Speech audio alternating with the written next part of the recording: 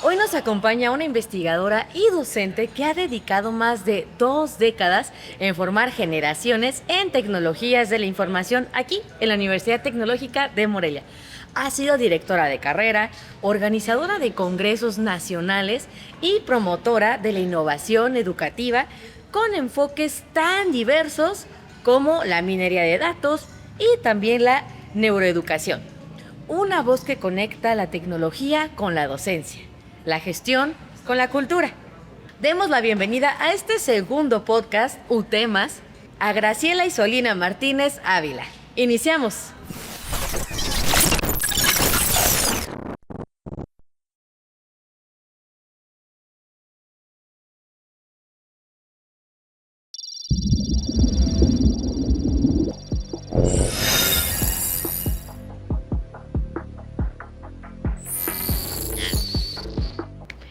Muy bien, pues bienvenidas y bienvenidos a este podcast de la UTM, donde vamos a entrevistar a todas y todos los profesores que tenemos aquí en la universidad para que vean el nivel y la clase que tenemos de profesores aquí en la UTM. Y hoy nos acompaña con muchísimo gusto la maestra Graciela Isolina Martínez, más conocida como la maestra Chela. Así ¿Sí? es. ¿Cómo estás? Muy bien, gracias de verdad por este tipo de eventos que nos permiten contar historias y sobre todo para la gente que llega nueva aquí a la universidad, sepa cómo pues nos hemos forjado en esta universidad. Así es. Y para quien esté buscando universidad, Así sepa es. que aquí puede llegar. Así es. Muy bien, pues, a ver, platícanos sobre cómo decidiste estudiar, no estudiar, enfocarte en tecnologías de información y comunicación. Ok, bueno, pues tuve la oportunidad de ser la primera generación de licenciatura en informática en el Instituto Tecnológico de Morelia. Ujú. Nos dieron esa oportunidad porque se aperturó a partir de la necesidad de crear una carrera que combinara la parte técnica como lo que es ingeniería en sistemas computacionales Ok. y la parte de licenciatura en administración dentro del TEC de Morelia. Entonces, esa combinación pues combinó porque hablamos acerca de cómo vender tecnología. Ujú. ¿Cómo es que me llama la atención? Bueno, pues el siglo pasado, a finales del siglo pasado, pues iniciaba comercialmente todo lo que eran las computadoras, era como el auge, sin embargo estábamos muy limitados en recursos. Ujú. Yo todavía tuve la oportunidad de tener laboratorios de cómputo ahí dentro del Instituto Tecnológico, en donde todavía las pantallas eran monocromáticas, no existían discos duros. Ok. Para poder escribir algún texto teníamos que estar metiendo y sacando discos de 5 1/4. Digamos que casi teníamos que interactuar con los circuitos para poder generar programas. Entonces, pues era como una especie de incógnita de saber cómo funcionaban las computadoras, me llamaba la atención y fue por eso que decidí entrar a la carrera de licenciatura en informática. Bueno, que si nos contaras cómo era una computadora en aquel tiempo como es ahorita, ya es no un mundo, un universo Exacto. de diferencia, ¿no? Así es. Sí, definitivamente me tocó pues la programación estructurada, me tocó hacer algunos programas gráficos, pero desde un lenguaje máquina que se llamaba en ese entonces ensamblador. Y eso nos permitió de alguna manera a estas generaciones que apenas iniciábamos con la tecnología de conocer más a fondo cómo eran las computadoras en relación al día de hoy, que pues ya como usuarios finales pues tenemos todo muy sencillo, muy intuitivo, muy usable. Entonces fuimos de esa generación que tuvimos la oportunidad de ver casi cómo fue evolucionando en México esta tecnología. Wow. Desde el que teníamos gabinetes como CPUs, ¿no? Que no existían discos duros, que la memoria RAM era muy limitada, hasta ahora ver todo lo que tenemos al alcance y lo fabuloso es que ahora cualquiera lo puede tener. Antes, digamos que los que tenían computadoras en casa eran privilegiados. Y el hecho de poder adquirir un equipo de cómputo dentro de una carrera dedicada a esto, pues era toda una experiencia económica, ¿verdad? Para los papás. ¿Por qué? Porque no estaban tan al alcance como lo están ahora. En aquel momento finales de los 90, principios de los 2000, Ajá. ¿qué se creía de esta carrera de TICS? Pues, la gente qué pensaba? Pues que efectivamente teníamos que ser muy técnicos, porque, Ajá. por ejemplo, en lo que era los sistemas operativos era a través de comandos. Ok. O sea, teníamos que aprender una sintaxis para poder copiar un archivo a otro. O sea, de un lugar, digamos, del disco duro hacia un disco 3.5 en ese entonces. Para poder transportar el documento, Así vaya. es. Ajá. O para poder arrancar el sistema operativo teníamos que meter un disco. Entonces teníamos que tener conocimientos demasiado técnicos de un lenguaje máquina y en líneas de comandos donde no había nada gráfico. Okay. O sea, no existía Windows, lo que todo mundo conocemos, ¿no? No existía esa intuición dentro de las pantallas para saber qué hacer, copiar un archivo, abrir un archivo, una carpeta, etcétera. En esa época eran instrucciones muy técnicas. Entonces sí teníamos que tener ciertos conocimientos. Sí había mala especialización respecto al uso de la tecnología respecto a ahora. Claro. Así Y es. cuando llegó toda esta tecnología, ¿hubo un auge precisamente para estudiar esto? ¿O hubo personas que dijeron, ¿para qué lo estudias? O sea, no tiene caso. Sí había el auge, definitivamente quien sabía de computadoras a finales de los 90 era alguien muy especializado, Claro. porque incluso vivimos el fenómeno de que las instituciones de gobierno, pues había ese temor del reemplazo de las computadoras respecto al trabajo humano, ¿no? El decir, bueno, pues si una computadora ya hace ciertos procesos todo, que en papel lo hace 3 personas, pues venía ese miedo de decir nos van a reemplazar. Y seguimos con ese miedo, ahora estamos hablando de inteligencia artificial, ¿no? En donde va a decir, bueno, pues ahora ya nos van a reemplazar robots. Siempre el miedo a lo desconocido prevalece en la sociedad. Sin embargo, esa fascinación de decir, bueno, vamos a descubrir cómo es que se hace, por qué se hace, tiene un porqué. Entonces sí me tocó la etapa en que nosotros nos veíamos como bichos raros, la gente que se dedicaba a las tecnologías, ¿verdad? Ajá. O a las computadoras, porque no había esa cultura informática en la población común y corriente. Claro. Entonces eso nos daba la oportunidad de hacernos necesarios dentro de las oficinas, dentro de los procesos. Entonces, en aquel momento yo recuerdo que era muy común los ciber. Ah, sí. ¿No? Me llegaron a tocar. Y también eran comunes las escuelas de computación, y estas escuelas de computación eran laboratorios de unas 20 máquinas, pero que ocupaban un Pero espacio. los maquinones. Sí, los monitores anchos, No, los que ahorita cada vez le gabinetes. quieren quitar menos, Sí. le quieren quitar más cosas y En dejarla tu más celular ya compacta. hasta te pones a programar sin ningún problema. Sí, ajá. Entonces, sí me tocó ese arranque complicado porque era demasiado técnico, pero también he tenido la oportunidad de ver cómo ha evolucionado la tecnología a pasos agigantados. Wow, creo que tener esa experiencia de ver, de a mí no me van a contar, yo vi Así cómo es. nació y cómo ha estado evolucionando. Así es. Es lo más destacado que Así podemos es. tener aquí, sobre todo para las alumnas y los alumnos de TICS, Así es. porque ya llevas en la docencia más de 20 años. Sí, efectivamente yo empecé en la docencia antes de aquí de la Universidad Tecnológica, Ok. Primero en una escuela particular, precisamente en donde ofrecían cursos de pues, en ese entonces Word, Excel, en laboratorios que incluso recuerdo que estaban en el centro de Morelia, y que eran de verdad laboratorios con equipos muy grandes. Me invitan afortunadamente a participar ahí, posteriormente entro a la Universidad Vasco de Quiroga, en la preparatoria tecnológica. He tenido la fortuna de que todos mis trabajos, que no han sido muchos, porque tengo 25 años aquí, me han invitado a trabajar. Entonces, tendría yo como 2 meses de haber egresado de la carrera de licenciatura en informática cuando un compañero mío me habla y me dice, oye, fíjate que están solicitando en gobierno del estado capturistas, porque antes era común eso, capturar toda la información que estaba en papel.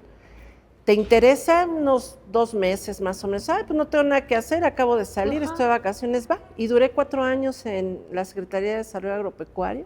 Ok. Y no solamente como capturista, sino tuve la oportunidad de desarrollar un sistema que automatizó un proceso. En ese entonces se le llamaba control de gestión. Cuando recibían todas las solicitudes, pues obviamente era en papel y todo lo registraban en papel. Entonces tuve la oportunidad de tener la experiencia de poder desarrollar un sistema que obviamente en lugar de que se escribiera en papel, se escribiera en computadora y además se pudiera consultar, sacar informes, y eso obviamente agilizó mucho los procesos. Posteriormente me invitan a trabajar aquí en la Universidad Tecnológica, trabajando en Gobierno del Estado.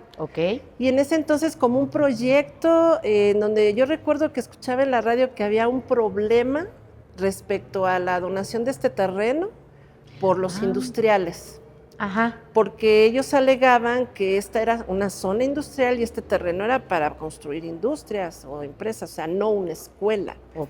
Y antes de que me invitara, yo escuché esa noticia, tengo ese recuerdo de que había un pleito entre el gobierno respecto a los industriales porque no estaban de acuerdo. Posteriormente me invitan a trabajar, se arrancó la Universidad Tecnológica ahí en Boulevard García de León en una oficina chiquita.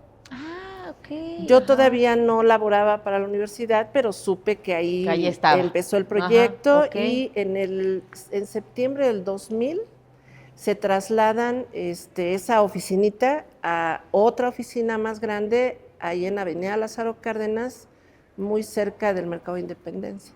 Y ahí arranca la primera generación de las carreras en ese entonces, ofimática, procesos de producción textil, biotecnología y mantenimiento industrial. O sea, empieza un grupo de cada carrera en septiembre del 2000. Y a mí me invitan a trabajar en la carrera de ofimática en enero del 2001. Y ahí es cuando empieza la aventura de aquí de la Universidad Tecnológica. ¿Y en qué momento decidió o fue su momento de sí me quiero dedicar a la docencia? Que algo así haya pasado y dice, sí quiero, para allá voy. Claro, tuve la fortuna de poder primero trabajar en el desarrollo de software, pero la primera vez que yo tuve la oportunidad de estar frente a un grupo de jóvenes, porque siempre me ha gustado la docencia a nivel universidad o a nivel medio superior, fue cuando descubrí el hecho de poder compartir el conocimiento y aprender incluso de ellos para poder trascender a través de ellos. O sea, para mí es bien importante que algunos estudiantes, cuando me ven después de que les di clases, me digan, maestra, ¿cómo está? La extraño. O yo recuerdo una frase que usted me dijo, para mí es una manera de trascender, que se acuerden de una manera agradable cuando en su momento pues yo tuve la oportunidad de darles clase, ¿no? Entonces, eso como que me captó, el hecho de que a través de la docencia podamos interactuar en ideas, desarrollar conceptos, practicar, equivocarnos, porque yo como les digo a mis estudiantes, yo no tengo la verdad absoluta, y menos en el área de tecnologías. No, hoy nos rebasa. Mañana se va a inventar algo nuevo. Hoy te puedo decir que no, pero mañana alguien ya lo inventó. Entonces yo aprendo de ellos. Hoy precisamente que di mi clase, aprendí acerca de ciertas aplicaciones que yo ni conocía. Y yo se los digo, aquí venimos a aprender. Y todos. Quizá mi función sea no propiamente darles una clase técnica, sino más bien de guiarlos, que se formen de manera universitaria para que puedan tener herramientas de salir adelante. Y no solamente herramientas técnicas, sino herramientas blandas, como el liderazgo, como el poder hablar en público, como saber vender un proyecto, porque creo yo que eso para mí es más importante que conocer propiamente una tecnología o dominar una tecnología. Entonces, adentrémonos, profundicemos en eso. Si tuvieras la oportunidad de rediseñar desde cero toda esta carrera de TICS, ¿qué materias o enfoques serían imprescindibles el día de hoy? Pues las habilidades blandas. Y sobre todo el fenómeno que se da ahorita con las nuevas generaciones de redes sociales.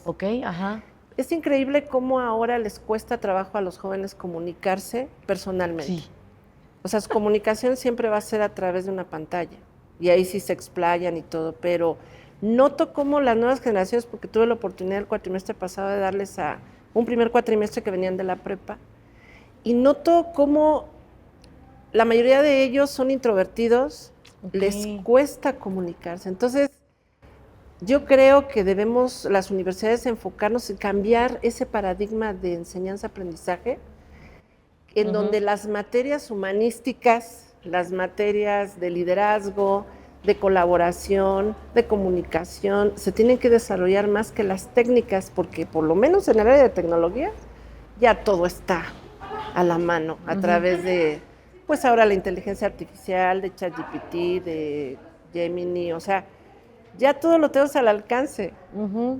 Y desafortunadamente muchas personas de mi generación o de generaciones de los que tienen 40, 30 años, como que ven esta revolución tecnológica como algo negativo. Ajá, sí. Cuando la realidad, ¿no?, es que tenemos que adaptarnos a esa tecnología. No podemos cerrar los ojos y decir, pues no, eso es malo o no debe de existir, y menos si estamos en una universidad. Más bien hay que ver cómo le entramos para que los jóvenes sepan que esas son herramientas que les van a servir en su vida y cómo utilizar la inteligencia artificial a su favor. Entonces ese es el reto, ¿no? El saber cómo captar a los chavos, sobre todo en el área de tecnologías, para que no vean como la inteligencia artificial algo negativo en su vida. ¿Sí cree que debería existir la materia como tal, inteligencia artificial? De hecho, existe. En el plan de estudios de la carrera de tecnología sí están las materias de inteligencia artificial. Pero ahí más bien se ven temas de cómo programar inteligencia artificial, de cuáles son los elementos, o sea, se ve la parte técnica. Ah, ok, de cómo quizá tú crear una inteligencia artificial. Que les llaman, exactamente. Pero falta la parte de cómo usarla. Sí, o sea, están las herramientas, pero ¿cómo le podemos sacar provecho? Claro. ¿Qué pasa en lo común y corriente? Yo creo que tú lo has hecho. Hay alguna situación que tienes duda, puedes consultar ChatGPT y ya te da lo que tú quieres. Pero no es solo eso. Ok.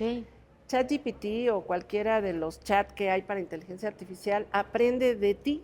Y estaba precisamente escuchando un podcast tecnológico donde decía que las personas que tienen un mayor nivel profesional o académico que utilizan la inteligencia artificial, le van enseñando a esa inteligencia artificial a tener un nivel de conocimiento más elevado. Entonces, porque va aprendiendo. Uno le puede enseñar a la inteligencia artificial. Claro, de acuerdo a tus formas, a tus estilos, a lo que le estás preguntando. O sea, el nivel, los famosos prompts, ¿no? Cómo tú planteas lo que tú quieres saber, más allá de una consulta. Puede ser, a ver, ¿tú qué opinas? ¿Cómo analizas? ¿Cómo puedes desarrollar? Va aprendiendo de tu estilo esa inteligencia artificial. Pero la mayoría de la población lo utilizamos como una consulta, como si fuera Google. Sí, como si fuera. Yo creo que ya casi sería bueno investigar qué tanto ha bajado el ir a buscar a Google y que se van directo a ChatGPT o alguna otra inteligencia artificial. Aunque tienen Gemini. ¿No? Gemini es como ChatGPT. Sí, pero sí, creo que de primera instancia te hace un análisis y te dice la inteligencia artificial el concepto y luego abajo te pone los links de algo que tenga que ver con lo que tú preguntaste. Porque pues obviamente hay una competencia tremenda, ¿no? Claro. Entre ChatGPT, entre Gemini, que es de Google, Copilot, Copilot, que es de Microsoft. Sí, hay muchísimas herramientas, pero las más famosas pues es ChatGPT de OpenAI, creo que es. Lo que es Gemini y Copilot, ¿no? Entonces, es la competencia de quién ofrece un mejor servicio respecto a la inteligencia artificial. Pero la inteligencia artificial va aprendiendo dependiendo de lo que tú le des. Entre más conocimiento tú le des respecto a que analice, desarrolle, exprese, va aprendiendo de ti. Te pongo un ejemplo, yo le planteaba situaciones de mi entorno, de docencia, de las materias que doy. Entonces, cuando yo ya le preguntaba de otra cosa, me ponía mi contexto anterior. Decía, bueno, si quieres te lo aplico a lo académico. ¿No? Alguien que se dedique a, no sé, a vender casas o inmuebles, igual lo adapta al entorno y a la circunstancia de la persona que le está metiendo información. Muy bien. Se ve que me apasiona. No, está súper bien. Eso justamente es lo que aquí queremos conocer y que se desenvuelvan. Vean como hilo de media contarnos todos estos temas. Es fascinante. Y veo que has impartido demasiadas materias. Para estos más de 20 años de docencia has pasado por muchísimas materias. Así es. Mi pregunta es, ¿hay materias que dabas que ahorita ya no existen? Sí, cómo no. Claro. Claro que sí. ¿Cómo cuál? Pues, por ejemplo, hay materias como, no sé, ¿qué podré decirte? Por ejemplo, capacitación de usuarios. Era una materia que se daba en los primeros años de la carrera de ofimática y que ya dejó de existir. ¿Por qué? Porque ahorita con las nuevas tecnologías, pues ya prácticamente las interfaces que se hacen para el desarrollo de software ya son muy intuitivas. Claro.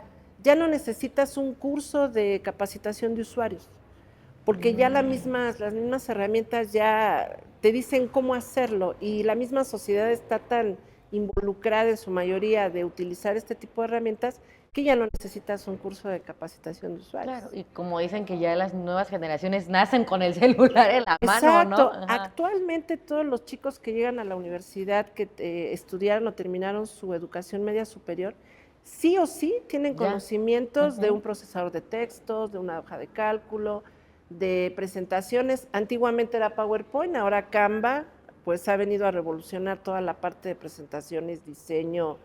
O sea, y sin embargo, ahorita ya Microsoft está intentando meter la inteligencia artificial a su suite de Office, ¿no? Que es Word, Excel y PowerPoint.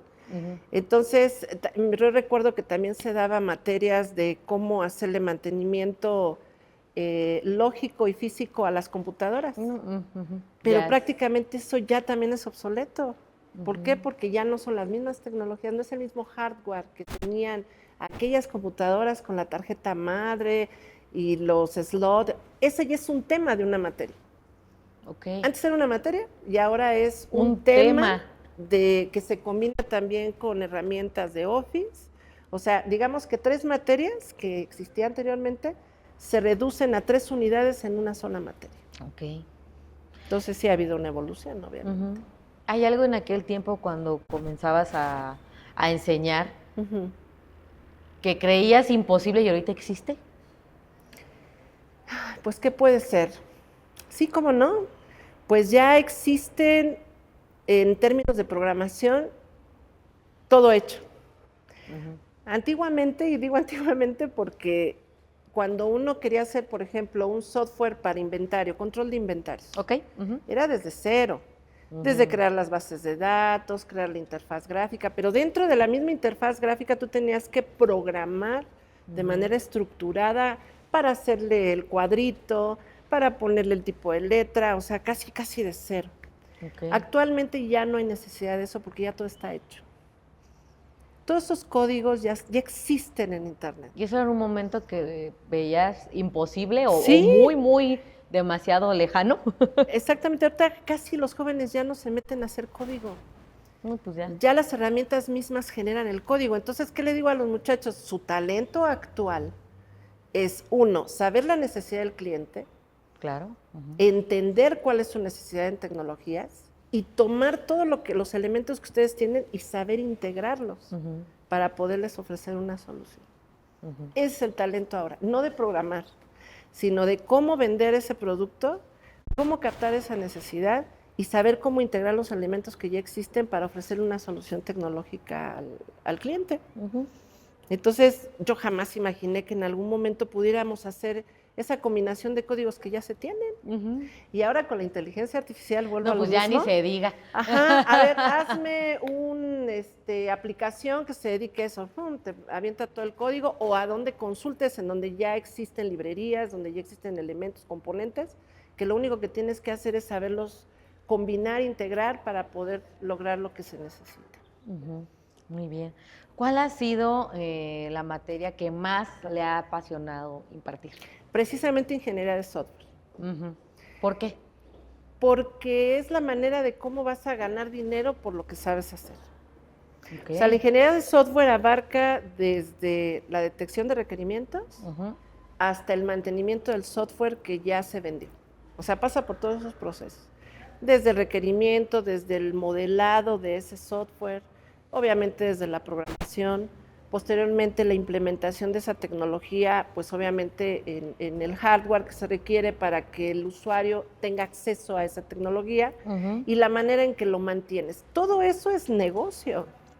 Sí, claro. O sea, yo le digo a los chavos, ustedes pueden especializarse en testear software y ganan muy bien los testers y no se dedican a programar, lo único que hacen es verificar de manera externa hacia un software de una empresa que los requerimientos sean compatibles con el producto final. Y utilizan estándares, métricas, para medir que efectivamente tenga un buen rendimiento, que sí tenga eficiencia. Entonces, todo eso, pues son consultorías, al final de cuentas, sobre el software. Entonces, si tú te especializas en esa partecita de todo el desarrollo, pues no necesariamente necesitas saber programar, porque el coco de la gente que se dedica a tecnologías es la programación. Sin embargo, yo le digo a mis estudiantes, la programación, y obviamente sin ser despreciativo ni mucho menos, son los albañiles de la construcción de una casa. Ok. Porque son los que traducen el modelado de un software en código que entienda la máquina. Pero sí. Y son los que menos ganan. O sea, digamos, es lo más difícil, pero a la vez es los que menos ganan. Ajá. ¿Por qué? Porque lo interesante es el negocio.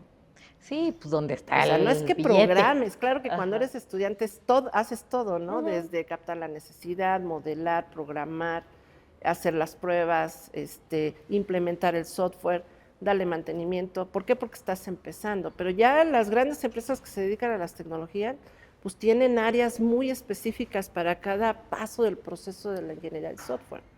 Por eso a mí me encanta dar ingeniería de software, me encanta dar integradora, por ejemplo, que son materias en donde los jóvenes pueden demostrar su competencia por la que están estudiando.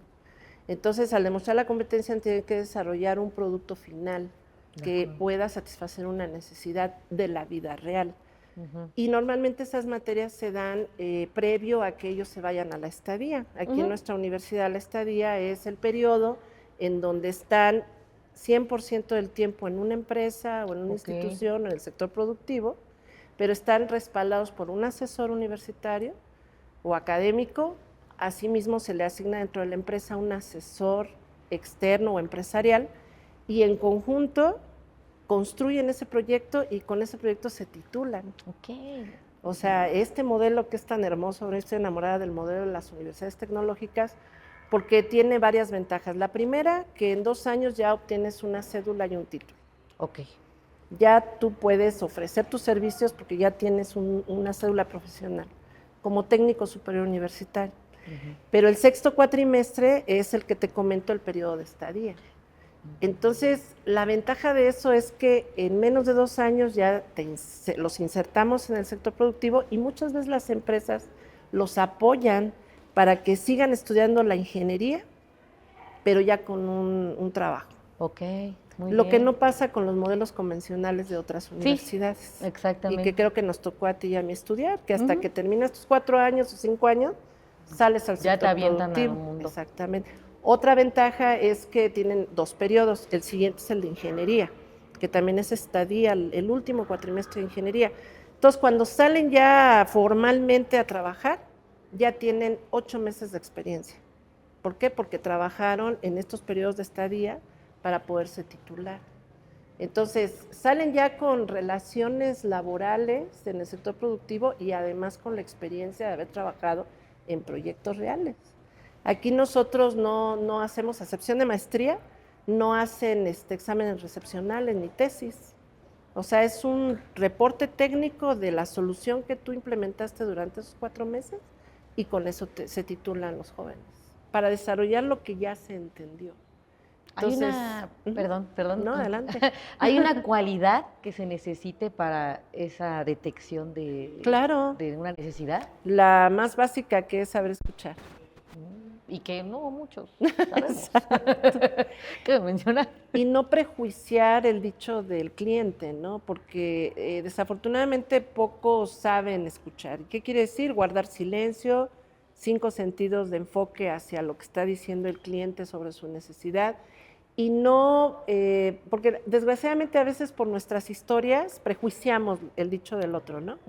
Entonces quizá tener esa mente abierta para decir, bueno, no voy a generar un juicio respecto a lo que me dice, sino que voy a ser abierto a ponerme en el lugar de esa persona para poder entender su necesidad. Entonces, ¿tú dirías que las ciencias sociales son importantes? Sí. ¿Integrarlas en lo tecnológico? Sí, les llamamos habilidades blandas, ¿no? Que habla de comunicación precisamente, el saber escuchar, el poder analizar lo que está escuchando, el poder digerir toda esa información que se tiene a través de la entrevista, a través de las encuestas, a través de la observación del entorno, a través del análisis de documentos, porque yo pienso que el área de tecnologías pues está en todos lados. Claro. Entonces, yo les digo a mis estudiantes, ustedes no son ni científicos, ni tampoco, ¿cómo decirlo? Nuestra carrera no es una carrera pura, como hablar de las matemáticas, de la física, de que ahí sí, pues 2 por 2 son 4 y no hay vuelta de hoja. Ajá. Nosotros estamos involucrados en todos lados. Entonces, si tú te vas a ir a un bufete de abogados a automatizar procesos, sí o sí tienes que involucrarte en esos temas. Conocerlo. Si tú te vas a ir a una tienda de abarrotes, sí o sí tienes que conocer de ese tema. O sea, somos los que estamos inmiscuidos en todas las áreas. Donde hay información que automatizar, ahí tienen que estar los tecnólogos. O sea, en todos lados. Sí, entonces no vas a ser experto en todo. Por eso la habilidad de saber escuchar, saber entender, y no solamente sino también analizar todo el entorno que se tiene donde se pretende implementar la tecnología para saber cómo vamos a satisfacer esa necesidad. Entonces, las habilidades blandas como es esa capacidad de comunicarnos, de escuchar, de analizar, yo pienso que son cualidades que deben desarrollar la gente que se dedica a las tecnologías. Tener mucha paciencia, tolerancia, ser empáticos, ¿no?, con las personas para saber cómo aplicar esas herramientas tecnológicas y darles soluciones reales. ¿Y tú impartes ese humanismo en tus clases? Sí, es parte de la formación universitaria que como compromiso pues lo tengo que hacer porque no todo es técnico.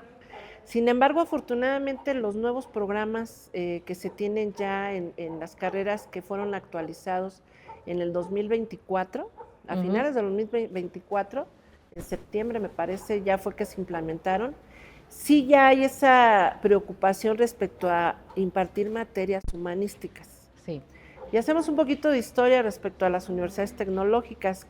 Cuando inician las UTs fue en 1991, que fue una necesidad de aquel gobierno de capacitar personas para poder responder dentro del sector productivo a habilidades muy técnicas. Porque como que el bachillerato tecnológico como que no funcionó, como que les faltaba más. Entonces, de primer momento, el gobierno pensaba en mano de obra barata, pero que tuviera una especialización. Quiere decir, terminando la prepa, 2 años de técnico superior universitario y luego te insertas al sector productivo. Entonces, como que los programas estaban muy enfocados a la parte técnica. Pocas materias eran de desarrollo humano.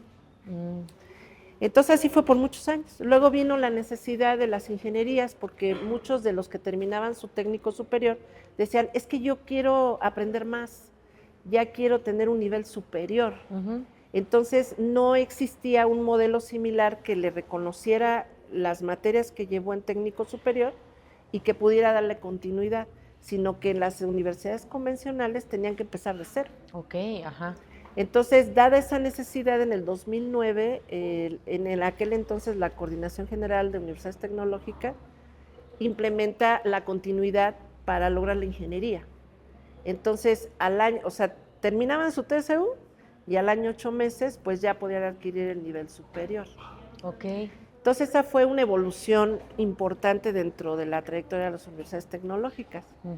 Pero en esta etapa, a partir de que llega el gobierno de la Cuarta Transformación, hay un cambio radical, de coordinación general se convierte en dirección general.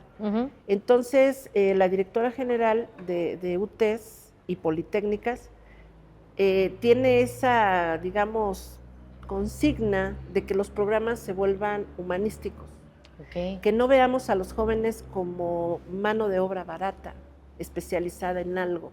Entonces, introducen materias que tienen que ver pues con comunicación, con psicología, sociología. O sea, actualmente ya todos los programas tienen esas materias que agotan las habilidades blandas, o sea, que capacitan a los jóvenes, no solamente en la parte técnica. Entonces, creo yo que gracias a ese cambio radical que se da, pues es que los jóvenes ya pueden desarrollar dichas habilidades para poder vender lo que saben hacer. Y que es importante, ¿no? El que Sí, también tengan ese conocimiento. claro, y que desarrollen dentro de la universidad esas habilidades. Eso antes no existía, Ok. porque como nació el modelo era para decir, te especializas y luego lo pones a Y chambear. ya, ajá. Ni le busques, ni le rasques, ni nada. Ok. ¿Tú crees que es importante entonces tener una formación interdisciplinaria? Sí, totalmente, ¿Por qué? totalmente, porque es la manera en que vas a poder insertarte al sector productivo de una manera proactiva, de una manera positiva, Ok. digamos, con iniciativa para poder proponer pues, nuevas cosas dentro de la empresa. Yo Ujú, pienso que sí, pues somos integrales, no podemos ser máquinas. ujú. Entonces sí tiene que ver, y más en estos tiempos, la parte de la mente, de la psicología, de las emociones. O sea, creo yo que en la actualidad se sabe que uno no puede funcionar si deslindamos las emociones de lo que hacemos en el día No, a es que día. somos humanos, no somos Exacto. robots. Entonces, para poder tener un buen papel dentro del sector productivo, pues debemos de implementar como profesionistas pues la inteligencia emocional, por ejemplo, Ujú, pero esa se desarrolla. ujú. Y luego con los fenómenos que hemos tenido como pospandemia, ¿no? De que vivimos aislados, a los jóvenes, a los adolescentes, pues les perjudicó muchísimo esa situación, que Sí. vivían en el encierro. Y de repente los sacas a un ambiente donde tienen que comunicarse, tienen que proponer, tienen que buscar soluciones, y si no, y si son introvertidos o su inteligencia emocional pues no está desarrollada como debe Ujú. ser, no van a poder desarrollarse profesionalmente. Ok. Por eso creo que sí es importante porque somos integrales. Ujú. Muy Así bien. es. También no solo te dedicas a la docencia, sino también has organizado congresos y Sí. talleres. ¿Qué experiencia te ha dejado en lo personal, pues, todo ese conjunto de cosas que has hecho? Pues tuve la oportunidad de ser directora de mi carrera en su Justo. momento. Ujú. 2 años estuve colaborando y digamos, mi objetivo era hacer crecer a la carrera en diferentes ámbitos. Yo incluso en su momento les decía a mis compañeros, yo vengo a ser una gestora, no una jefa. Ujú. O sea, yo estoy entre gestionar lo que se tenga que gestionar hacia la rectoría y captar las necesidades que hay dentro de nuestra carrera, pero yo no lo voy a poder hacer sola. Claro. O sea, yo necesito de ustedes, si no, no va a poder funcionar. Ojalá todos pensáramos de Sí. esa forma. Y afortunadamente hubo una buena aceptación y Ujú. colaboración de mis Súper bien. compañeros. Realmente yo me sentí muy respaldada en ese sentido. Yo obviamente no podía funcionar sola. Y bueno, en ese entonces se logró participar en la Reunión Nacional de Directores de Tecnologías de la Información. Fuimos sede y eso nos permite tener otras experiencias de otras universidades tecnológicas. Ese tipo de eventos hace que nosotros tengamos la perspectiva de otros lugares, aunque sea la misma carrera, el mismo modelo. Pues un contexto social distinto. Claro, y crear Ujú, una comunidad en donde nosotros nos ujú. podemos apoyar, donde podemos pues sumar respecto al área académica, ¿no? De cómo le haces en esta universidad, no, pues yo le hago acá. En ese entonces había como 120 universidades tecnológicas, de las cuales 80 daban la carrera de tecnologías de la información. Ok. Entonces, ese tipo de eventos nos permite conocernos y saber cuál es la perspectiva en otros espacios, pero dedicados a lo mismo, para poder ampliar nuestro criterio en Conocer ese 79 aspecto. mundos Sí, distintos. exacto. Y a mí en lo personal es algo que me fascina, organizar eventos. ¿Sí? Sí, me encanta, no sé, el poder crear ese tipo de eventos para la interacción de las personas, ya sea en el ámbito académico, ya sea en el ámbito deportivo, en el ámbito cultural. Como que Ujú, se me da esa habilidad, ujú. creo yo. Y me gusta hacerlo, Sí. me apasiona. Muy, Así es. muy bien. Y, híjole, todo un sinfín de cosas que hay que conocer aquí de los profesores, de las y los profesores de la Universidad Tecnológica de Morelia. ¿A dónde te gustaría llevar a los alumnos o en general la carrera en un futuro? O sea, de aquí a 10 años, ¿cómo ves TICS? Pues creo yo que algo que nos falta desarrollar es, por ejemplo, el intercambio de talentos. Ok. Creo que es un área que no, pues, las autoridades no han logrado desarrollar al 100%. Te cuento una anécdota de recién empezamos aquí en estas instalaciones. En ese entonces había la posibilidad de la movilidad estudiantil a Francia, porque este modelo de UTES viene de un modelo francés. Ah, mira, ok. Eso no se Entonces, sabía. tuvimos un estudiante en particular que cuando supo de la Universidad Tecnológica, vio que había esa movilidad estudiantil y él tenía el deseo de ir a Francia a estudiar. Entonces, cuando llega y empieza con pues, su carrera, en ese entonces era ofimática, él tenía muy enfocado lo que quería. Entonces, había convocatorias para hacer esa movilidad estudiantil. ¿Qué quiere decir? Que hacía su TSU aquí en ofimática y luego terminaba la ingeniería allá. Ok. Me parece que era licenciatura en ese entonces. Entonces, gracias al deseo que él tuvo y que hubo la convocatoria, pues muchos de los maestros lo apoyaron, sobre todo en el idioma, lo prepararon y logró irse a Francia a estudiar su licenciatura en ofimática y tuvo esa experiencia. Ha habido otros estudiantes que no para terminar sus estudios, pero que sí han tenido la experiencia de ir a Japón. Eso lo tuvimos hace como 3 años, 2 años más o menos, que también hubo esa posibilidad de tener una experiencia a través, me parece, de Huawei, no recuerdo bien, pero tuvieron la oportunidad, creo que fueron 4 estudiantes que tuvieron esa posibilidad. Entonces, han sido pocos los eventos que se han dado. Creo yo que nos falta desarrollar esa parte, y no solamente para estudiantes, que sea para profesores, Claro. en donde se pueda tener el respaldo, que haya convocatorias para que haya ese intercambio cultural. Tú sabes que la tecnología pues no se desarrolla en México. La tecnología principalmente es de Estados Unidos, algunos países asiáticos, unos europeos. Entonces, en esta área sería fascinante saber cómo se crea la tecnología, por ejemplo, en Japón, ¿no? Y que haya un intercambio, no nada más una visita. Y que hay una innovación tremenda, ¿no? De la tecnología. Así es. Entonces yo pienso que es un área de oportunidad que tiene la universidad para poder fortalecer esa parte de que haya intercambios estudiantiles, que alguien de Japón venga a México. Quizá no necesariamente que vea tecnología de punta, pero que sí nos pueda dar un contexto, asesorar, ¿no? Y Ajá. saber cómo estamos nosotros como para que él pueda implementar ciertas acciones que nos permitan crecer en ese sentido, ¿no? Okay. Entonces yo pienso que ahí a mí me encantaría que pudiera haber mayor movilidad, tanto estudiantil como docente, pero a nivel internacional. Perfecto. Sin duda una gran experiencia que nos demuestra con el ejemplo que se necesita lo interdisciplinario, ¿no? No nada más está enfocada en TIC, sino ya nos dijo, me apasiona sí. Liderar, me apasiona hacer talleres, eventos sociales, y todo eso la ha hecho quien es, y de alguna forma, consciente o inconsciente, lo enseña a las alumnas y alumnos aquí de la Universidad Tecnológica de Morelia. Muchísimas felicidades por todo trayecto y por esas ganas de enseñar, esas ganas de ser docente, que es una voluntad con la que se tiene que nacer. La educación es algo increíble, algo que te tiene que gustar y nacer hacer.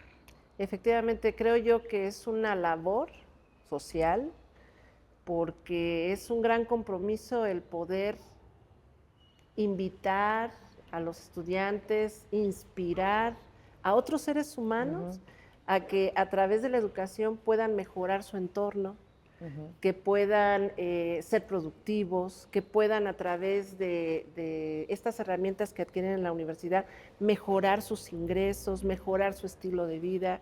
Entonces, a mí me queda la satisfacción porque afortunadamente en estos 25 años de docencia he tenido la satisfacción de encontrarme jóvenes que actualmente ya son jefes o que han logrado tener mucho éxito en su ambiente laboral, profesional. Y siento muy bonito el hecho de encontrarlos y que me recuerden. Entonces, eso es una gran satisfacción personal Y obviamente, pues mi gusto será que cuando yo tenga oportunidad de poder impulsar a estos seres humanos a que puedan tener una mejor vida en todos los ámbitos, pues yo fascinada. Okay. Muy bien. Muchísimas gracias No, pues por estar gracias aquí con nosotros, ustedes. por regalarnos su tiempo, su conocimiento. Pues bueno, ella es la maestra Chela de Tecnologías de Información y Comunicación, Así es. aquí en la Universidad Tecnológica de Morelia. Muchas gracias. Gracias a ustedes.